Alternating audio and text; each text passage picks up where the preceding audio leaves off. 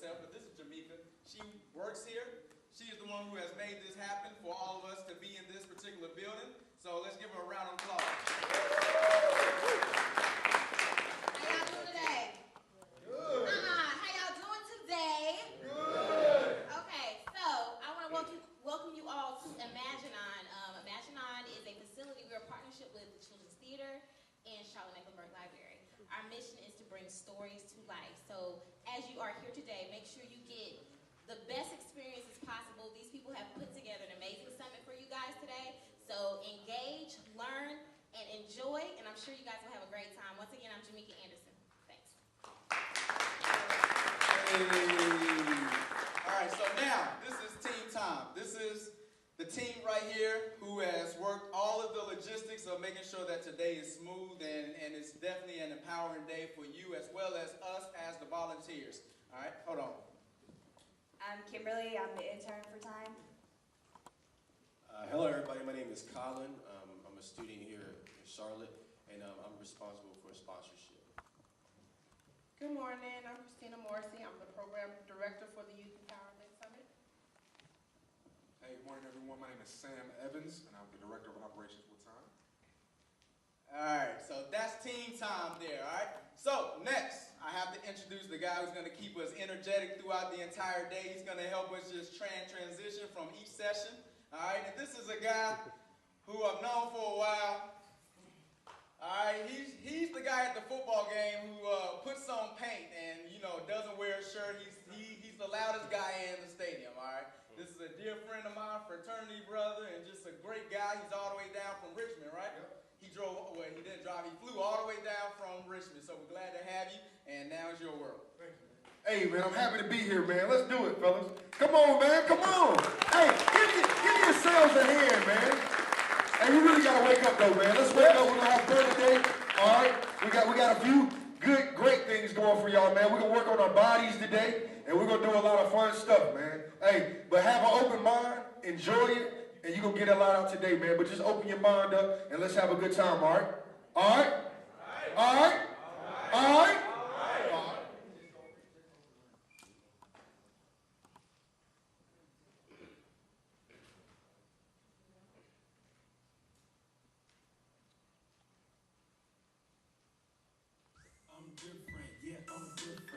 I'm different, yeah, I'm different.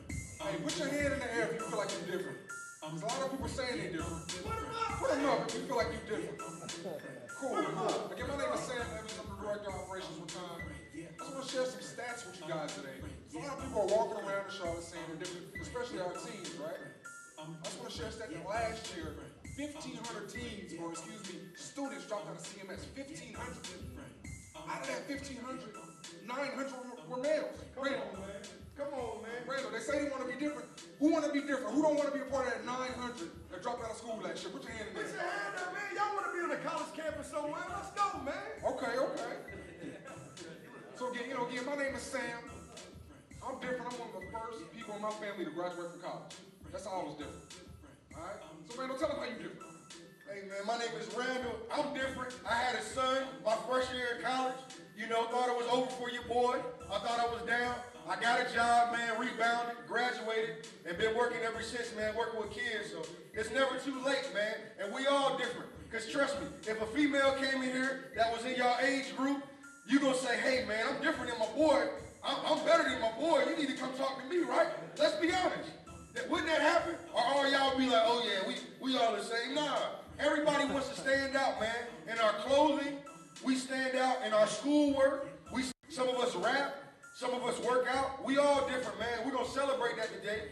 And we're going to have these mentors, man, in these breakout sessions that's really going to turn it up for you, man. We always talk about turn up. Well, we really going to turn up today, man. We're going to work on your body. We're going to really take you to new levels, man. Let's do it, fellas. Let's go. Hey, put a hand together for yourself, man. Let's go, man. Come on, man. Put your hands together for yourself, man. Hey, and I keep looking at a few of y'all, man. I'm going to crack these cool brothers. There's some cool brothers in here. I'm going to crack y'all for the day over, man. All right, now, let's do it. All right, well, look, this the I'm Different icebreaker, of course. I got so excited messing with y'all, I ain't even do my task, man. So this is the I'm different icebreaker. So break off into your groups, man, and let's talk about how you're different. Meet each other, man. A lot of y'all brothers already know each other, but let's break into y'all groups, man, and let's have a little conversation, man. What makes you who you are? You know, y'all can exchange Twitter names, whatever y'all do, man. Break up in these groups and let's talk about it. Why are you different? Let's go.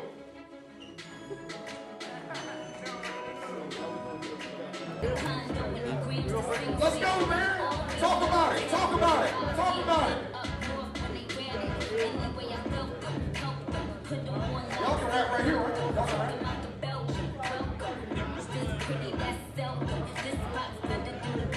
Hey, and if you're in the group and you want to bet me for New York going to the finals, man, just come up with your money. Come up with your money real quick. I'm messing, man.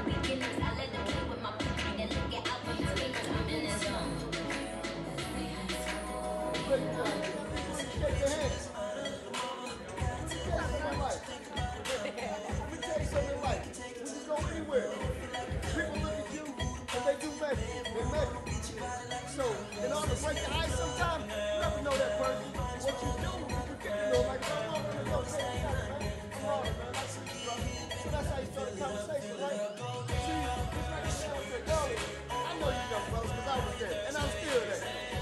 We get real cool. Go past our brother, man, ignore him. But the way you break the ice, when you know somebody, the way you even excel your own life, is you see yourself. That will separate. That will make you different. See what I'm saying? So I'm gonna start down here with my man Myron. Make a move. What you gonna do it? Make a move. Make a move. Come on, man. Volunteers, come on, hurry up. Let's go, let's go.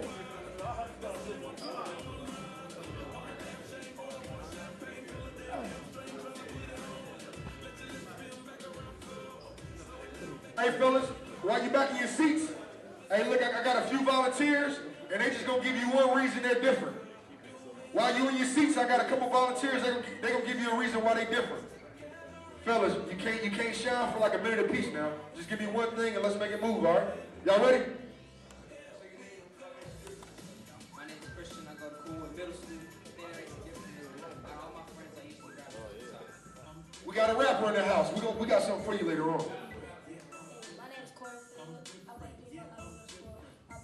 I'm usually a small kid, and Small kid, but he confident with it.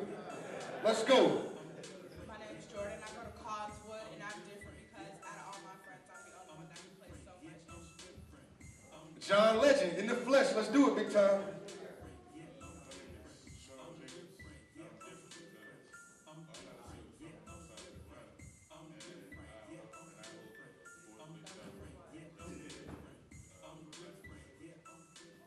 What he's telling you is if you get out of hand, he gonna ball you up. That's what he's saying. My name is Thomas Walker. I go to Butler High School, and the reason I'm different is because I'm the shortest person out on the field, but I play middle linebacker, and they call me Ray Lewis because I'm confident like that. Hey, what he's saying is, if you face Butler and you like, who that little dude coming through the middle, he said he gonna stroke you. That's what he's saying. I'm Asante, and I'm different because I'm just very athletic and play like a lot of sports. Let's go. We got athletes. Let's go. My name is Karen Reddick. I go to Piedmont Middle School, and I'm different because I'm colorful and I like the things nobody else has. Colorful. So basically, he's saying if he has it, it ain't out yet. That's what he's trying to tell you right now. My name is David Dare. I go to Hopewell High School, and the only way I'm different is I'm different because I'm humble. That's right. Humble dude, but he's still getting it done though. So don't try to play him. My name is Alexis Red. I go to Benjamin Middle School, and I know only out of 2 people in my family that have that. Hey, that's what I'm saying. Clap it up for that, man. Turning the tide. You heard him. He said, I'm going to school and I ain't going to jail. Make that happen. We're going to talk about that today, too. My name is Owen Father. I go to Charlotte, and I'm the only one in my family interested in video games. Hey, I like video games. Shouts out to that Madden, man. I love that Madden, man. I'm Tobias Moyer. I go to Butler High School, and I'm different because I'm the only one in my family who's interested in music and dance. I like it, man. I like it. My favorite thing is music and dance. My name is Dave. I'm senior at Westman High School, and I'm the first one in my family to play rugby. That's what I'm talking about. We got brothers playing rugby.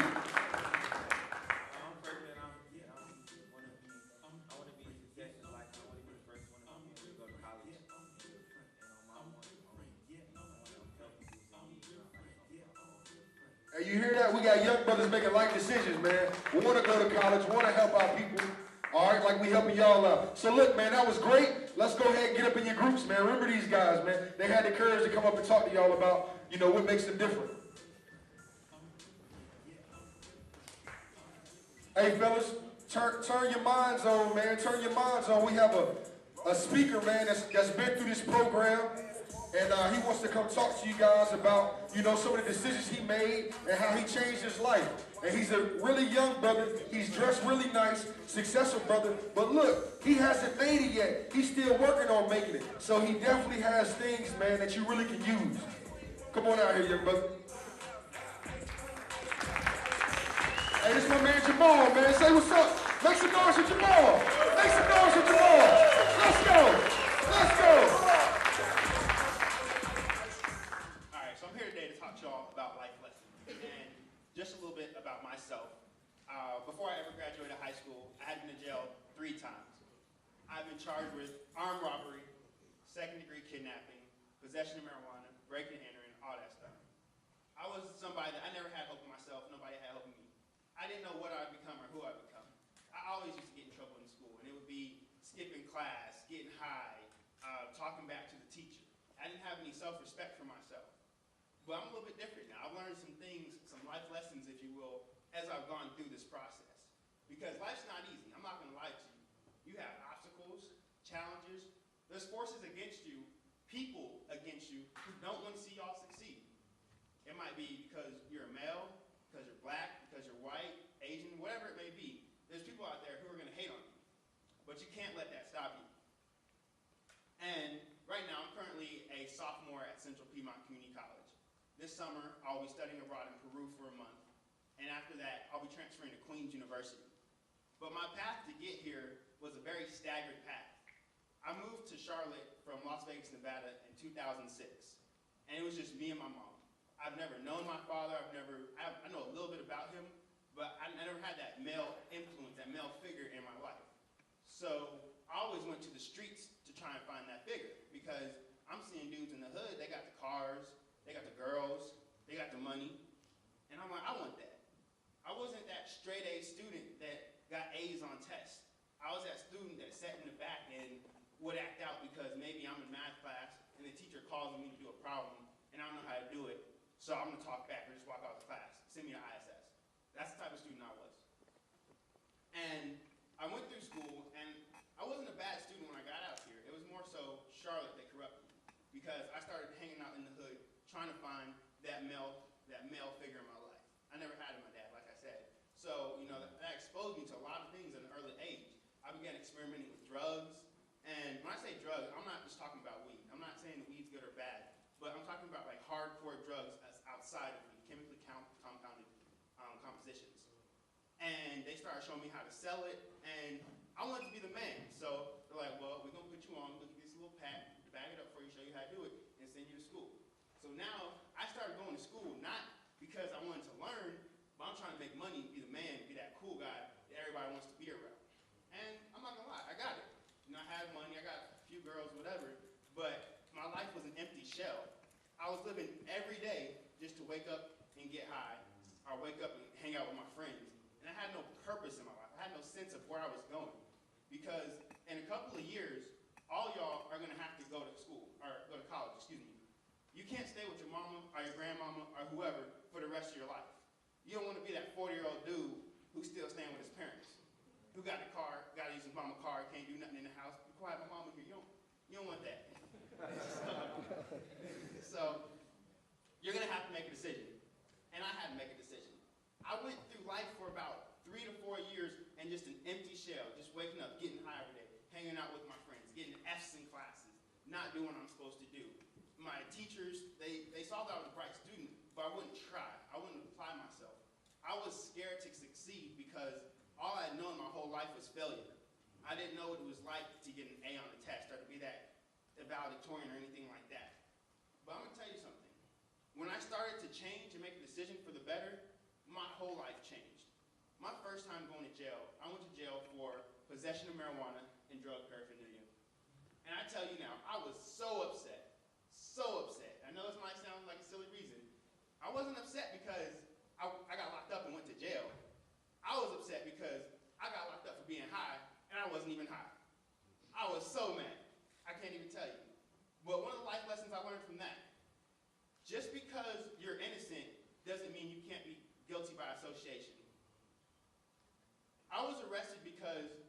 somebody else. Now, I did have marijuana in my possession, but the police were called because of my friends. They were hanging out at the pool, smoking. I'm off to the side, talking on the phone, whatever. Police show up and they search all of us. And when I got locked up, I learned who my real friends were. Because as soon as we got to jail, my boys started getting scared. And I'm like, bro, we in process and we ain't even made it yet, come on. And you have people who are gonna say they're your friends and who are gonna be there with you, but the true test of will be where you're in your lowest of low points. You're in your points where you ain't got no money, you ain't got no food, you need something from them.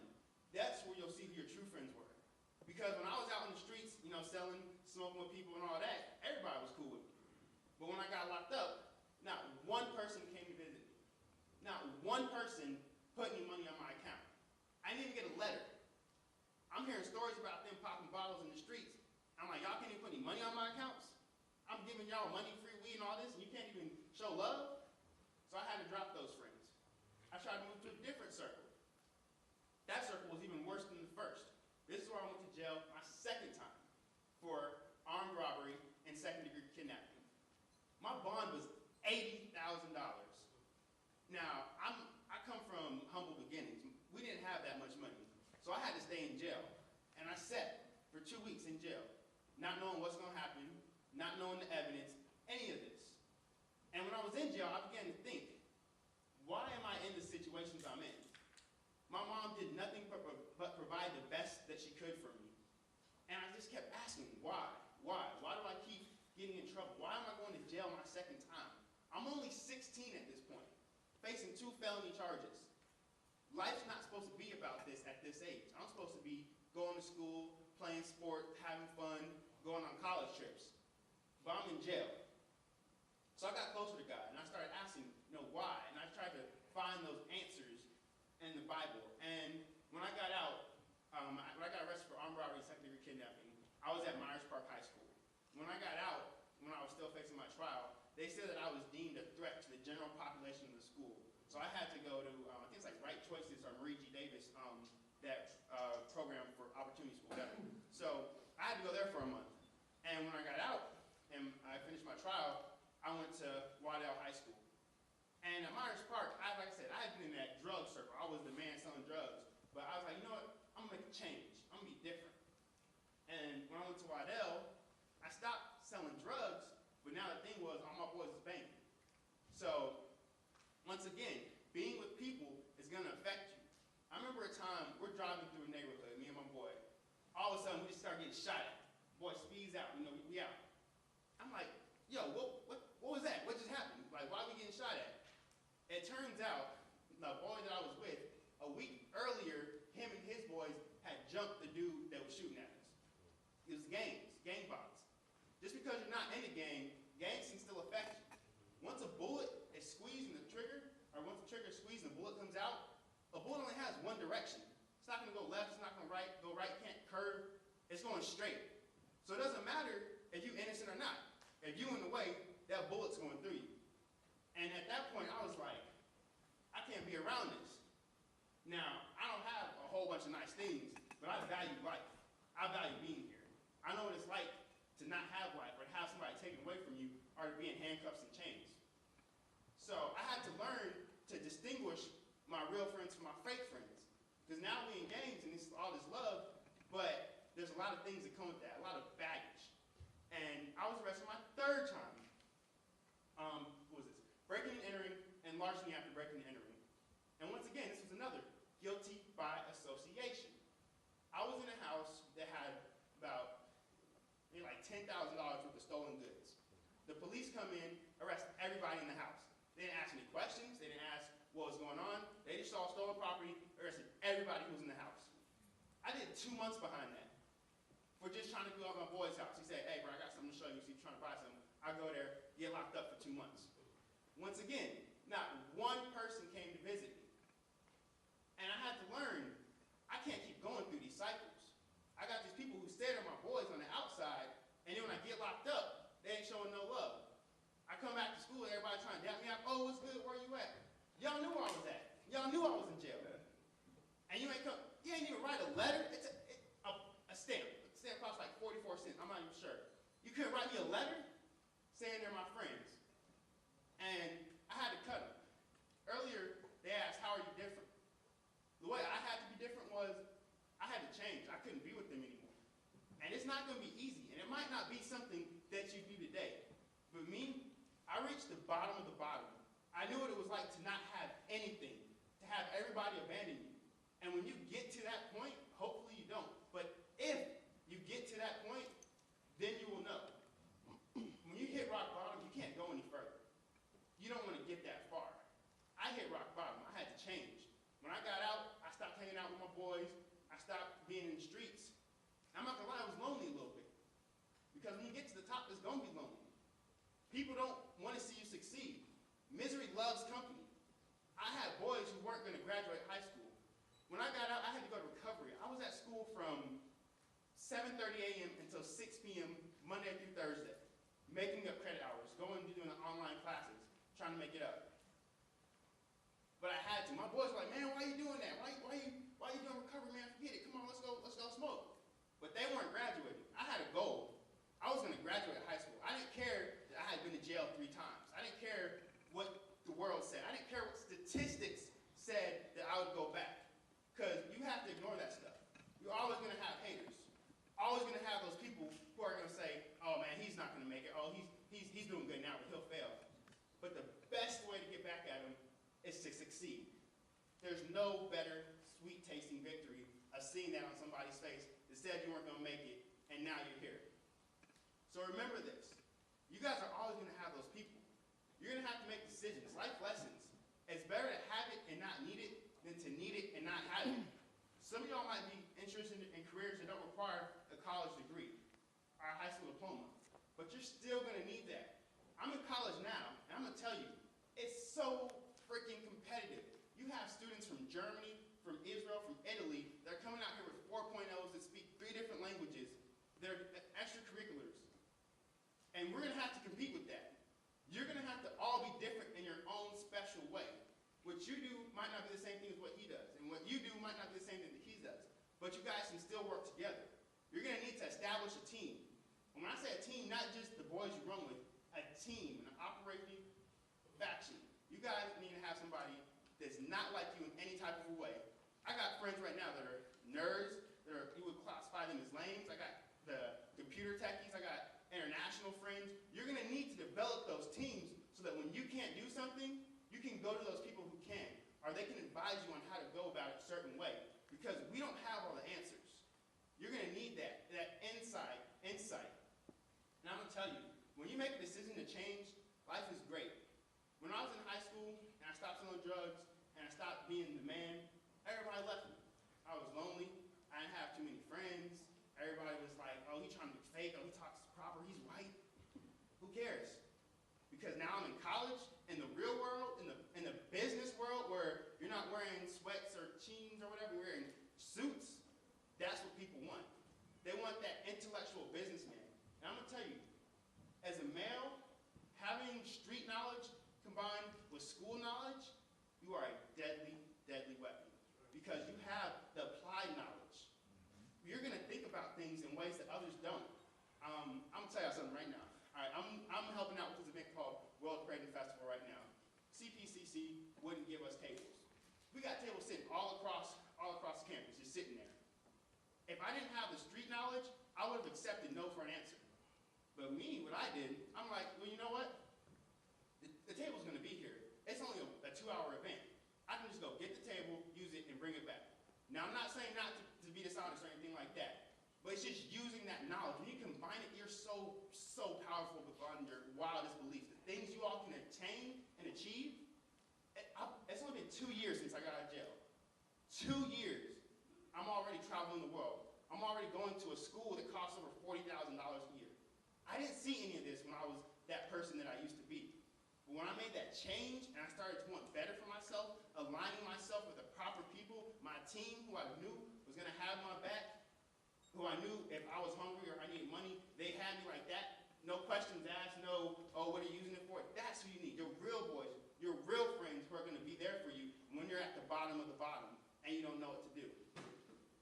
And in closing, I just want to say, keep going. Life's not easy.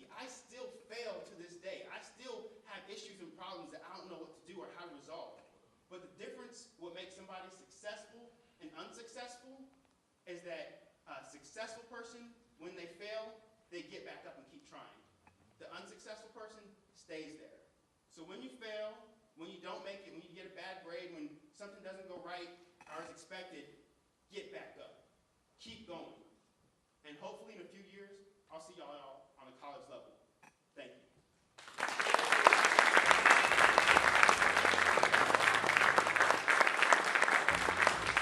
Hey, man, that's right. Give it up for Jamal Tate. Jamal Tate. Hey, man, I feel empowered myself, man. That's something I'm going to take back with me to VA. I appreciate that, brother, sharing with us. Right now, we're going to have a panel discussion. It's called Confidence, the state of from boys to men. Confidence, the state of from boys to men. And I come to introduce the CEO of Time, Brother Curtis Walls. Give it up for him. Give it up for him.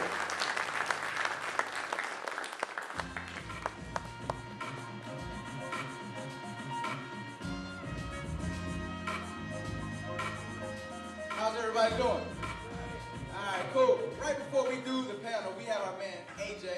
He's gonna just share about 2 minutes of just giving you a little bit of his life lessons. If you could, just give him time. Hey, what's good, everybody? When I say what's good, you say what's good. What's good?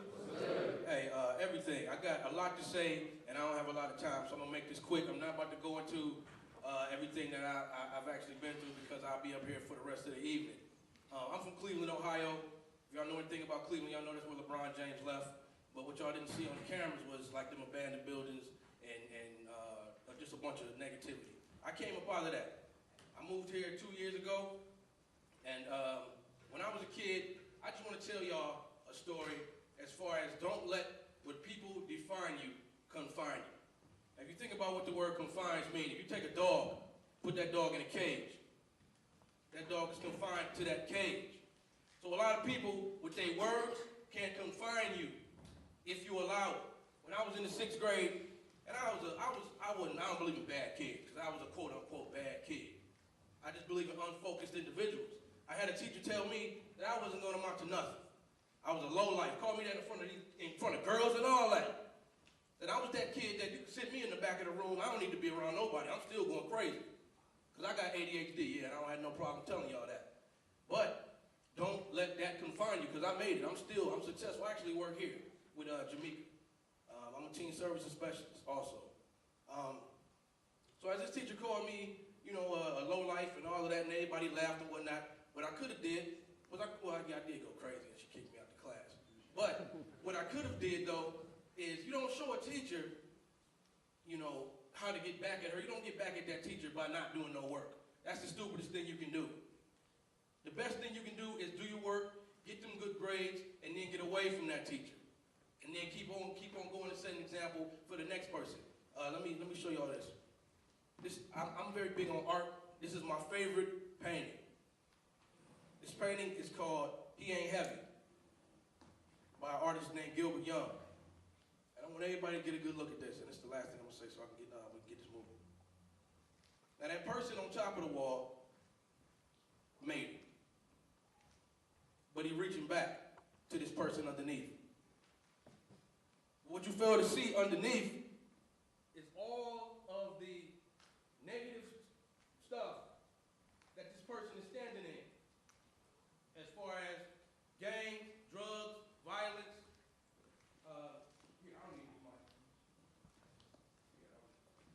As far as drugs, violence, and everything. The thing is, this person down here was me. I was underneath, reaching up. Because I said I was going to always get out of Cleveland.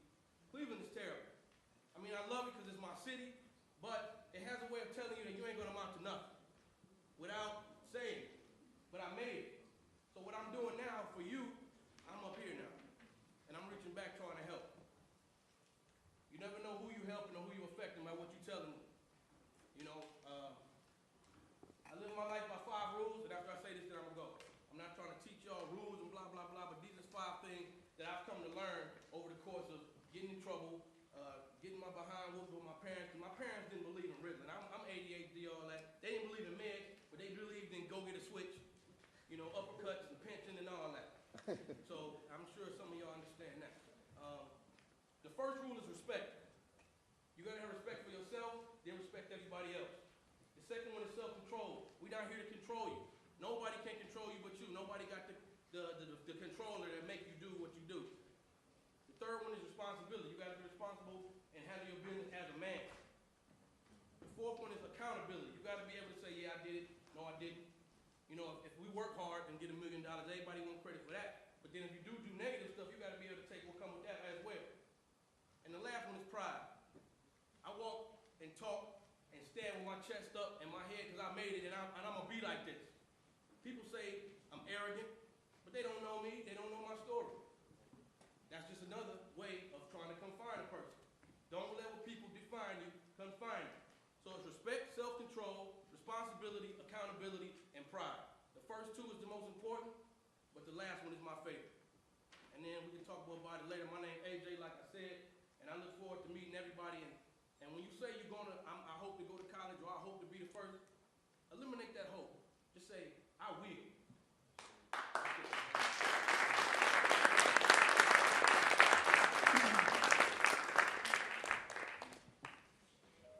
All right, all right. If you're on the panel, if you could just come on down and sit down, and we're gonna start to move into that session.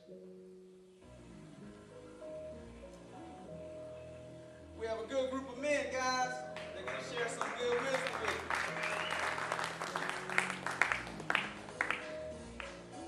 Program director of the camp in 2008. He graduated in 2009 with a bachelor's degree in history, secondary education. In 2009, he began working as a social studies teacher at Bartlett Yancey High School in Caswell County, North Carolina. The following year, he moved back to Charlotte and continued teaching civics and economics at EmpowerMEnt High School. Anybody who goes to EmpowerMEnt? Hey. In November of 2011, he began working as an exploring executive at the Mecklenburg County Council, Boy Scouts of America. In his role with the Boy Scouts, he also now serves as camp director of Camp Grimes. Give him a round of applause.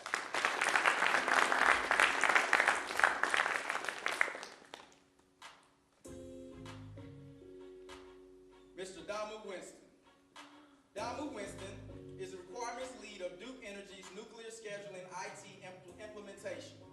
His role as requirements lead is an integral role in changing the way all 7 nuclear facilities schedule nuclear generation.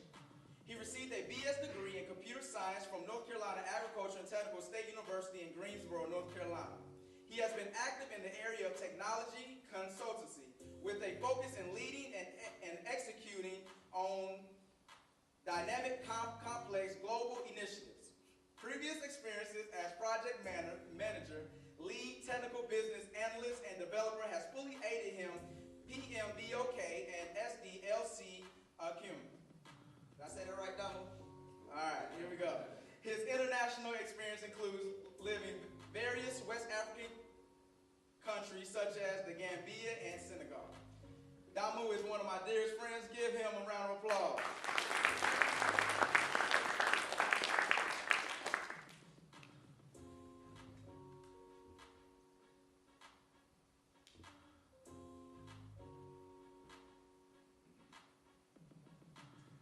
Mr. Rashawn Miller. Born and raised in rural Bertie County. Did I say that right, Bertie? Bertie. Bertie County. Where is it? Near Greenville, North Carolina. Mr. Miller made Charlotte his permanent home after graduating with a bachelor's degree from the University of North Carolina at Chapel Hill. Mr. Miller currently works as a program coordinator for a mental health agency and is pursuing his master's degree in clinical mental health counseling. Mr. Miller, who is a member of Omega Psi Phi Fraternity Incorporated, has had a life full of enriching experiences due to his confidence in himself and his abilities.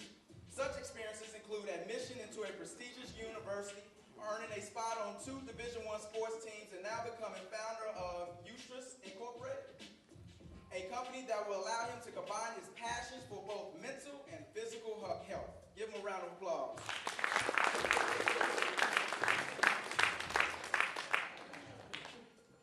None of that in the summer. All right, next we have Mr. Colin Okoye. Mr. Colin Okoye was born and raised in Raleigh, North Carolina. He is currently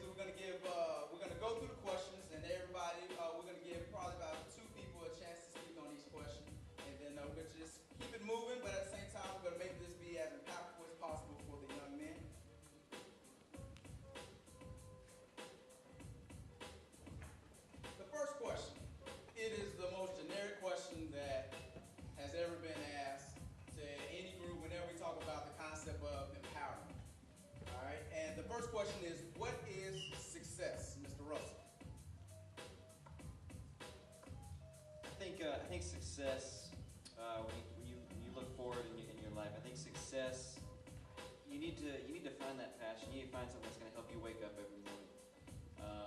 You know, success for some people could mean making a lot of money. It sure could. Success for others could be, you know, being a successful business owner. It could mean a lot of things. You need to find what success means for you. And you need to find those people that are going to help make you successful. Because, you know, as I was listening, what was that young man's name again who spoke before us? Tate. Very impressive. And I was listening to him. He said one thing. He said, you know, you're going to have those detractors in your life, and that's true. You're going to have detractors in your life, but you got to look out for those who want you to succeed. You're going to come across people who want you to succeed, and you got to, you know, it's going to take a leap of faith from it. You got to open up and show some trust. But I think with the success, you got to find what your passion is, and you got to find your own success. Piggyback off what you just said, Jonathan. That's an excellent point. I personally believe that, you know, success number one starts with yourself. You have to understand within yourself that you have goals and aspirations that you know, you can define what those aspirations are and those goals are. You guys hear me? Sorry about that. But, you know, when you think about success, you have to think about, as you said earlier, establishing certain goals, things that you want to accomplish within a short-term period and a long-term period. Some things you gotta look at is, you know, I call it a 5-year plan. Establish a 2-year plan. Establish a 1-year plan, a 6-month plan, and a 1-month plan. All these things build up to having multiple goals along the way. And then if you set yourself to accomplish these goals along the way, you will be finding yourself in a successful position. So success is all about coming up with a plan, starting with yourself first, coming up with a plan, and executing on that plan. If you execute on a consistent basis, you will find yourself successful, no matter what that is. Does that make sense?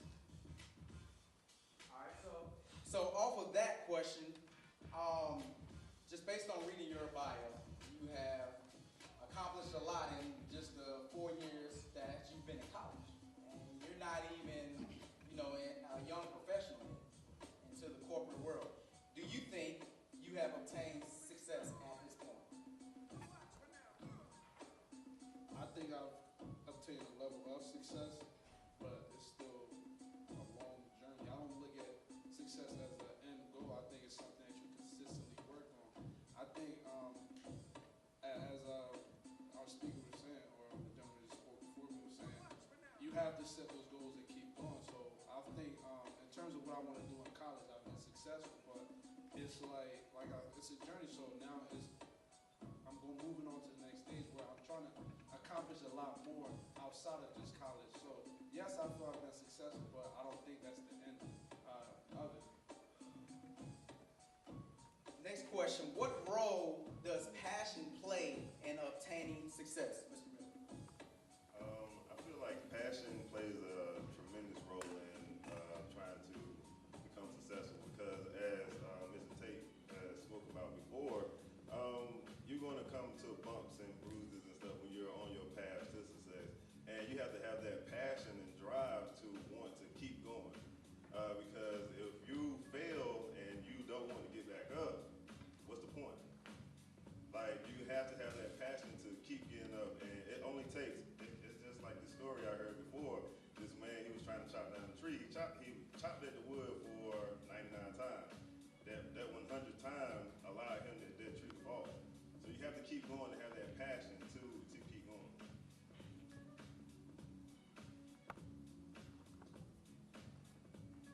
What are some distinguishing factors between a boy and a man? This is a really good question. Some distinguishing factors between a boy and a man.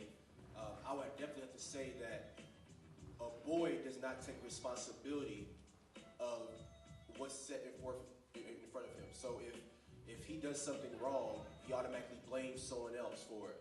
If he did not reach a certain goal, he automatically says it was too hard or all the odds were against him from the beginning.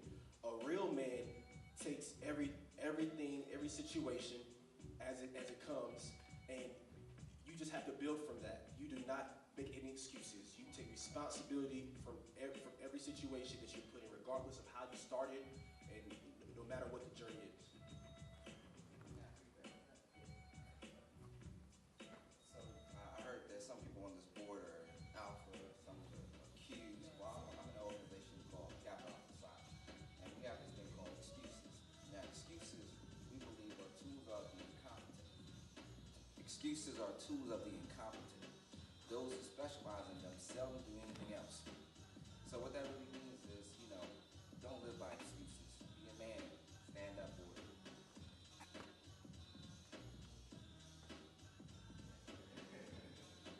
We all know that. All right, we all know that. When was the aha moment in your maturing years that made you want to become a man?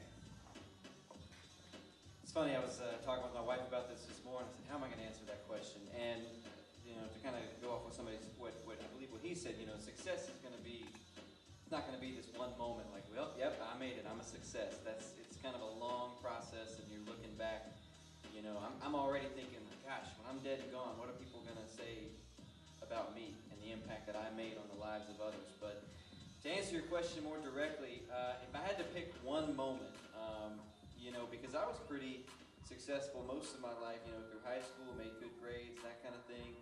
And so people look at others like that and say, well, they really got it together. They don't ever fail. And when you talk about failure, I would have to say my first 2 or 3 months out of college, and I had my real job, my own job, and I was teaching. Nothing to this day, no matter what I do, and I meet with some pretty powerful people across this city, nothing will ever be as hard as my first 2 or 3 months of teaching. And I made a decision one night. I said, you know what, I could just not go back to work the next day. It was that hard. And I was that frustrated, and I was that depressed, and I felt like I had failed. And I said, well, you know what, maybe I could just not show up. I just won't go to work tomorrow. And then that'll be that. Well, you can't make that decision. And I kind of had to dig deep inside and say, well, I failed. Am I going to pick it back up and go back to work and try again? And that's the decision I had to make. And that's going to be a hard decision to make. And it's going to require some deep reflection on the inside. But I would say that was the moment where I said, you know what, it's not a boy anymore. People have expectations of me, and I got to meet those expectations even after I've already failed. Does anybody have an aha moment? I guess my aha moment was coming from Berkeley County. It's a small rural area. I had success in high school, sports, classroom. When I went to Carolina, my very first class was maybe in a room about the size of this. Chemistry class, 8 o'clock in the morning. Yeah, 300 kids in one chemistry class, and I was overwhelmed. Freshman year, I didn't do too well in my classes and things. I ended up leaving school. Decided that I didn't want to be there anymore. So I came to Charlotte, and I started hanging out with my cousin, who is maybe about 15 years older than me. Hanging out with him, I understood that I need to do something with my life, because all we did was party. And he has kids and everything, but he wasn't living up to his potential. So I realized that I can't, if I go along this same road, I'm gonna be ending up just like him, 40 years old with nothing really accomplished in my life. So I ended up going back to school, and I finished school on time. I stayed out for a year, but I still graduated within 4 years after me graduating high school. That's awesome. So these next questions, if you could just raise your hand if you would like to speak on it. This is a question that I think is very important for men to talk about. All right, and I'm gonna kind of move into the ultimate question, but does a real man seek help from others? Anybody want to speak on it?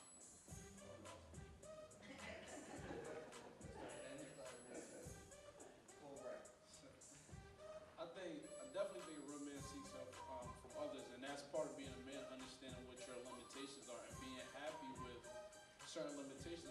You know what I mean? In the world, you're not going to be able to do everything. You're not going to be the best at all that you try. So understanding who those people are that you can lean on when you are in need of help, and understand what your talents are, is what really makes you a man. So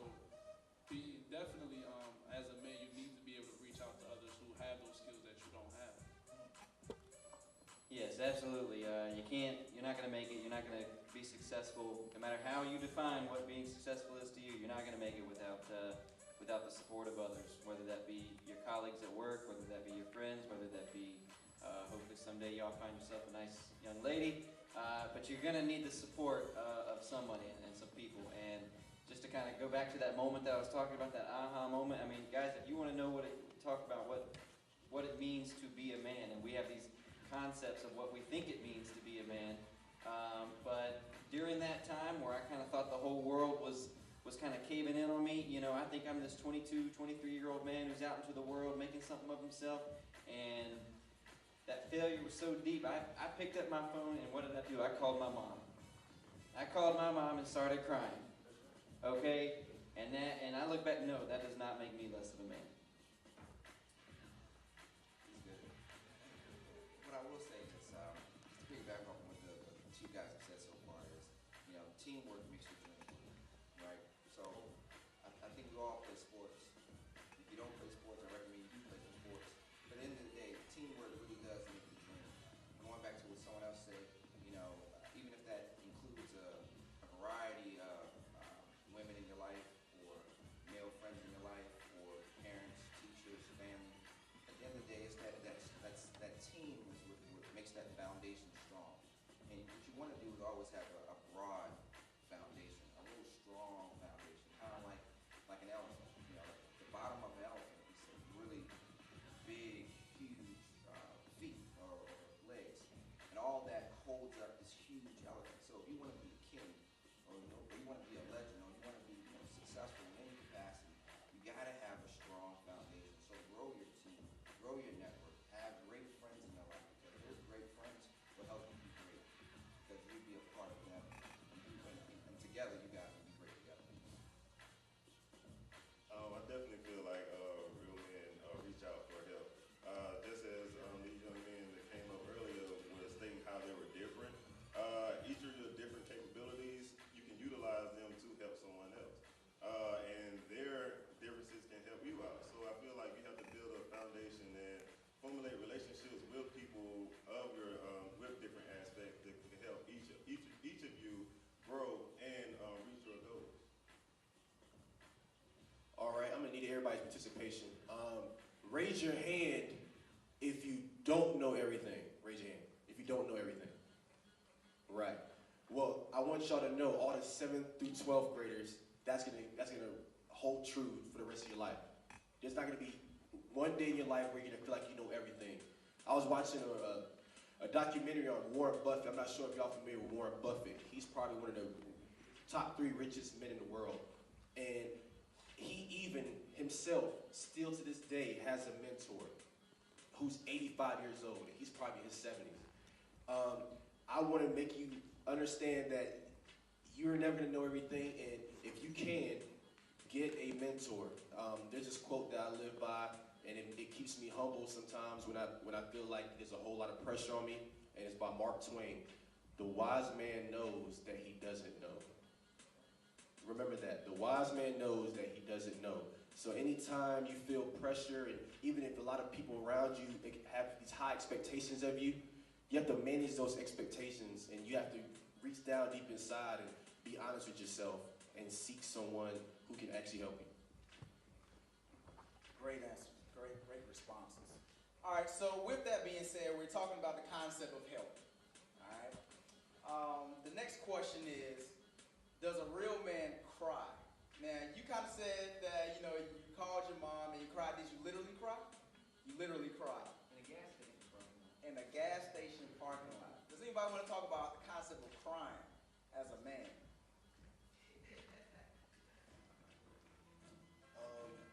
Well, I like to start off by saying I'm the oldest in my family, and I come from a background where I'm first generation Nigerian American. So my parents are from Nigeria, straight off the plane. I'm the first child on both sides of my family, mother and father, who was born in America. All right? So I was raised in a home with African parents who you're raised to be tough, right? And I never really cried, probably in my recollection, probably maybe one time ever that I can remember since I was like 12 years old. But last year when I was in law school, I was like thinking to myself, I was like, what did I get myself into? I wanted to punch my wall, and I was just in a bad situation. And what I realized, it was just all this anger and all this expectations that I put on myself. And I did cry, but I felt better after that because I think not crying can put you in a place where you can't start over or you can't expand. So I do think crying is necessary. Working in mental health, I have, first of all, witnessed and experienced a lot of issues when it comes down to dealing with any types of anger, depression, or anything like that. Crying is a natural emotion. I mean, it's natural. You shouldn't have to harbor your feelings. You should, because the longer that you sit and hold on to that stuff, it builds up, and it will come out eventually. Whether it be as crying or you lashing out on the other people, it's not healthy. It's healthy to get your emotions and stuff out, and I feel like once I've been working in the mental health field since 2007, and dealing with a lot of younger kids, I see that they do not feel that they should have a voice as to what type of emotions and feelings that they are experiencing. And that could lead to many problems later on down the road. So I feel like crying is real healthy for you. And getting stuff off your chest is very therapeutic. Can I pass? Crying.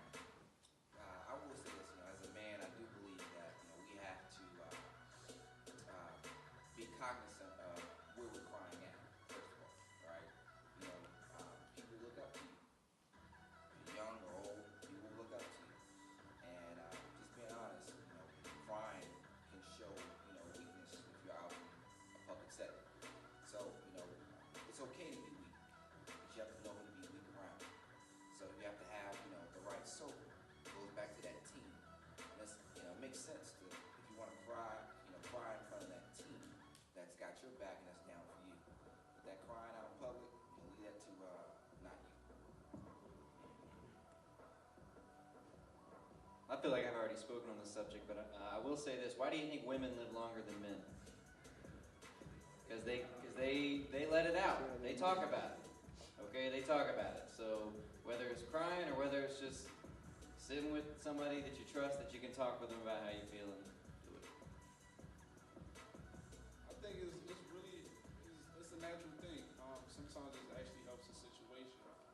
I know probably cried like once or twice during my college career when it was just like I'm sitting there thinking like, man, how am I about to get all of this done? I think when I came in my freshman year, I didn't have the money to come back my sophomore year. So as I was trying to finish off my freshman year, I had a 4.0. And I'm trying to find the money to go to school.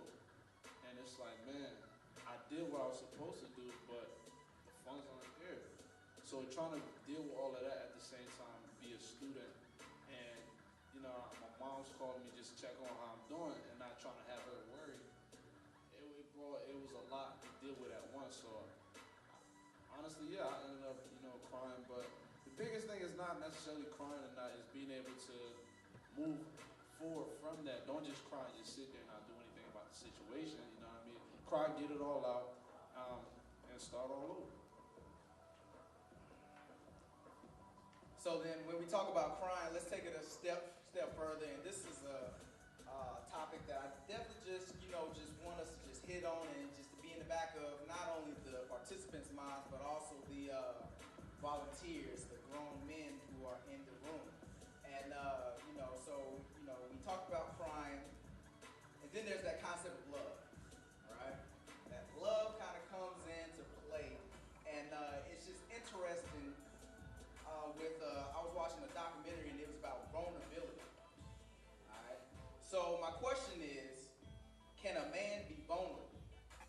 And if he can, then how important is it for him to understand what vulnerability is, and just kind of like what you said, knowing how to, balance that, and in his life with still being a strong man, but at the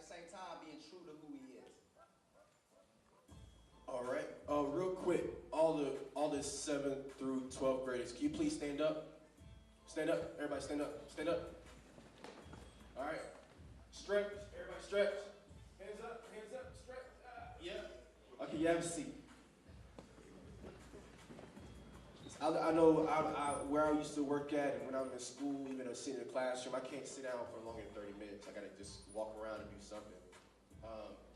But to answer that question, I think vulnerability is very important because in every experience you have on this earth, it like breaks through independence you can't see in the potential of getting the most out of that experience. So, for example, if I wanted to approach a young lady, okay, and I didn't want to be turned down, right? What I'm going to do naturally is I'm going to probably still talk to her, but I'm going to have this attitude like it doesn't matter if she's receptive to me. She might not want to talk to me, right? Or I could be vulnerable and I can still approach her and not care about whether she wants to talk to me or not. The truth is, in those two instances where you are afraid of losing and when you don't care about losing, once you get the ultimate, when the decision comes out, say she does like you, regardless she does like you, you have a certain type of happiness that you wouldn't have otherwise gotten unless you had the sense of vulnerability. So vulnerability allows you to reach a different level of happiness in every experience that you have. I feel like vulnerability is not something that just is characteristic of females. It's for females and men. We're all people. We're vulnerable to a lot of things. We all experience a lot of the same emotions and everything. So yeah, vulnerability is prevalent for men. And you also have to find those avenues. It's like you were saying before. Find those avenues of your team where you can express yourself, and they can help you through the times that you feel vulnerable, or there are times you need to be uplifted. I will say, just to piggyback on what these two guys have said so far, is you fail 100% of the time you don't try, right? So you have to be vulnerable at least once in your life. Just keep it real. But at the end of the day, you have to just grow from each and every experience that you have, because life is a collage of experiences. So enjoy your life. Kind of saying that you gotta kind of choose who you can be vulnerable around. And that's right. The different type of people you surround yourself with, you're gonna trust some more than others. And as a newlywed, I can't speak too much on it, but I will say when you do meet that girl, all right, when you meet her, that special girl, that's the one that you're gonna spend the rest of your life with. It's not about whether or not you should be vulnerable to her. You have no choice, okay? You have no choice, and it's not that you don't have the choice, like you don't want to. You just got to be. You can't help it. That's just, she pulls it out of you, okay? And it's a good thing. It's a good thing. It helps you see things about yourself that maybe you didn't see before, and that makes you become a better person. So. I definitely think vulnerability is part of being a strong man, and that's really you understanding your limitations. As we spoke earlier about you relying on other people. So you really have to be able to understand your vulnerability to be a strong person. If you look at, for example, when I was growing up, I used to watch a lot of cartoons and a lot of different superheroes. If you look at Batman and Superman, they were strong not only just because of their powers, but they knew their vulnerability, but didn't let that bring them down. Even though Superman knew that Lex Luthor had kryptonite, he still didn't kind of let that stop what he was doing. That was his only vulnerability. But because he understood that, it didn't hold him back from what he wanted to do. So I think part of being strong is understanding your vulnerability, understanding that you have vulnerabilities. All right, so we just have a couple more questions, and this time I'm just gonna let one person just kind of speak on it. What role does physical appearance play in a man's life?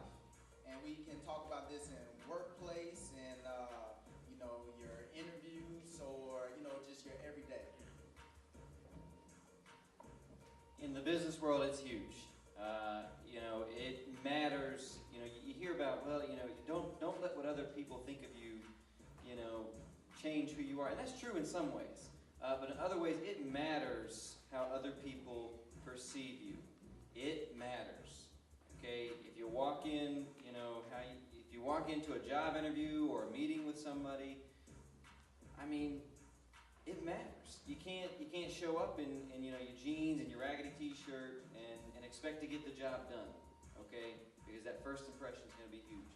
So it completely matters. And you know, how you feel, how you look on the outside, if you're dressed real sharp, I mean, on the inside, it feels that we're talking about confidence, right, and empowerment.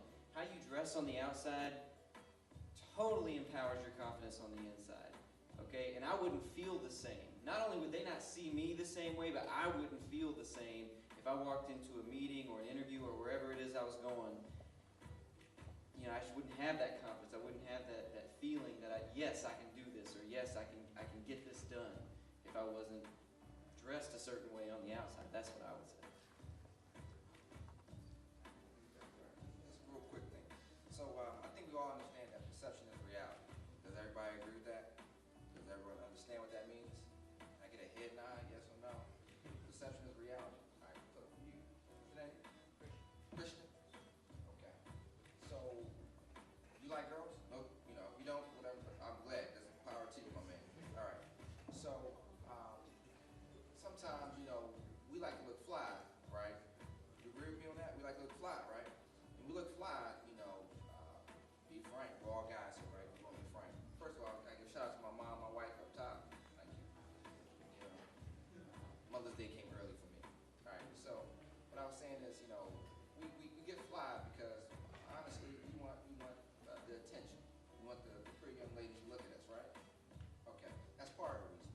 Other piece of it is going back to that first statement I said earlier about, you know, has to start with men, right? So we believe we are fly, so we want things that's going to complement our flyness.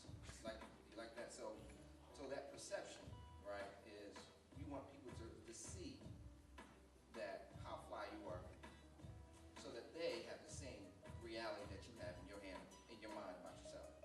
So that's what I mean by perception of reality. Does that make sense? So from a mental health kind of standpoint, bullying is now a huge issue in our society, especially in the United States. How can peers stop bullying, and what should one do if he is being bullied? I feel like peers to stop bullying is, for one, communication. Communication is key. If you feel like you are experiencing some things that you don't like, make it known. You need to tell teachers, anybody that's you know, your parents. Make that situation known so that they can handle it. And as far as to help reduce bullying, it comes down to communication again.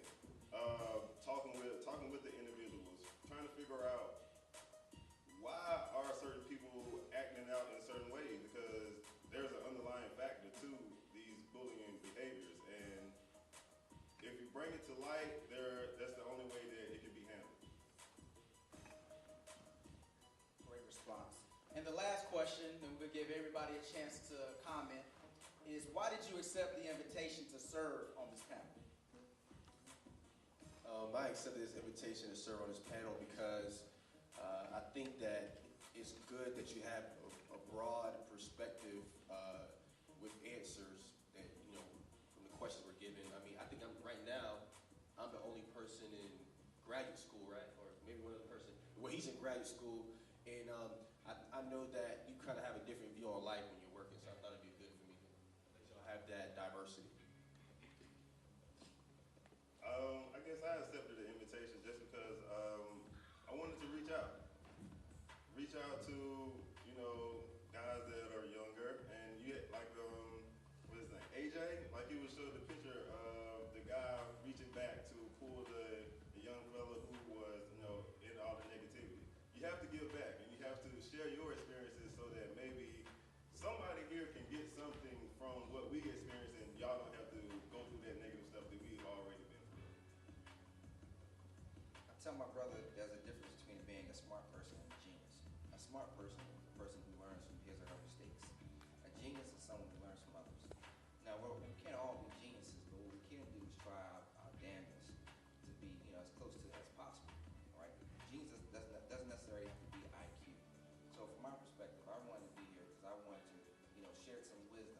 Wisdom is something that you learn through experience. Knowledge is something that someone passes down to you. So I wanted to be here to try to help provide some knowledge so that you don't have to go through some of the same mistakes that we have gone through already. Learn from our mistakes. Yeah, it's other people who help, I guess, help you look back on yourself and say, gosh, I could really be a better person in this way, or I didn't really see it from that way, from your perspective. So I think that always helps. And I always appreciate getting back and getting out to the community. It just kind of, working with kids just always kind of uplifts me on the inside.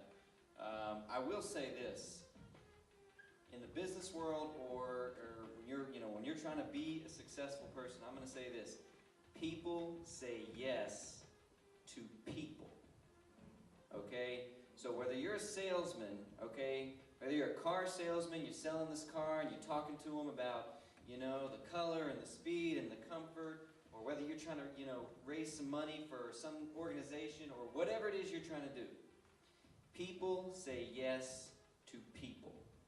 Okay? They may say yes to what you're trying to sell them or what you're trying to talk them into doing, but people say yes to people. And what I mean by that is I said yes to Curtis. I wanted to be here and I wanted to give back, but I said yes to Curtis. Okay, because Curtis presented himself in a way, and he sold me. And he didn't sell me just on this, but he sold me on himself. Okay, and that's what you need to think about as you're going on in life is who's going to say yes to me? Not just what I have to offer, but who's saying yes to me? Because people say yes to other people. And so I said yes to Curtis. I accept the invite to give to you all something that wasn't given to me when I was coming up, and that's just the ability to have people speak to you about not only what they've done, but just share some insight with you. Growing up in Trenton, New Jersey, there weren't many positive role models for us to look up to, or events such as these where you get a chance to just hear about people who are doing positive things in the community and their own endeavors. So that was really my purpose for coming back. Well, we definitely appreciate everyone just coming and taking time to speak. We're going to transition into our next part, which is the best part to some of us, which is what? Say, I heard you. Who? Eat. Right. But in front of everybody, I just want to give a sincere thank you.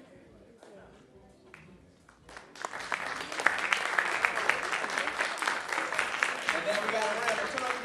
Hey, look, man, y'all done a good job. You got good information. Hey, let's get fired up, man. Let's go ready to eat. We have a lot of stuff to do at the lunchtime. Let's go, fellas.